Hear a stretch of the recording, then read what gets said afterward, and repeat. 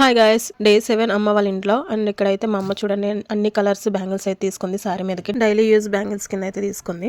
And ఇవాళ నన్ను చూడడానికి అయితే మా అమ్మ వచ్చింది. వచ్చేటప్పుడు ఏం తీసుకురాను, చికెన్, మటన్, ఫిష్, ఫ్రాన్స్, తలకాయ, బోటి ఇవన్నీ అడిగింది. నాకైతే అవేం వద్దని చెప్పాను. నేను ఏం చెప్పపోయేసరికి మా అమ్మమ్మ అయితే నా కోసం డ్రాగన్ ఫ్రూట్స్ అయితే పట్టుకొని వచ్చింది. మా అమ్మమ్మ అయితే నాన్ వెజ్ లవర్. మా అమ్మమ్మకి ఇప్పుడు నాన్ వెజ్ ఉండాలి. ఇంకా మేమైతే లంచ్ చేసేసాం. లంచ్ చేసిన తర్వాత అమ్మమ్మ ఫ్రూట్ కట్ చేసుకుని తినంటే సర్లే అనేసి ఇంకా అమ్మమ్మకి నాకైతే ఇక్కడ ఒక డ్రాగన్ ఫ్రూట్ అయితే కట్ చేస్తున్నా. నాకైతే లంచ్ చేసిన తర్వాత ఏదో ఒక ఫ్రూట్ తినాలనిపిస్తుంది. ఇంకా అమ్మమ్మకి అయితే ప్లేట్ లో పెట్టిచ్చేసిన.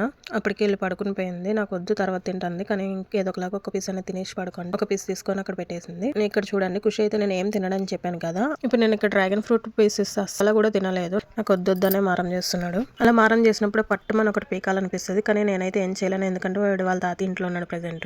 ఊరికనే నేను ఫుడ్ వీడియోస్ ఎందుకు పెడుతున్నాను అనుకోవచ్చు మీరు. చెప్తా దానికి రీజన్ చెప్పి. నేను వెళ్ళినా అన్ని దగ్గరికి వెళ్ళినా. మా అమ్మ వాళ్ళ ఇంట్లో ఓన్లీ తిండే కాదు, బయటకు వెళ్ళినా తిరిగినా అన్ని ఉన్నాయి.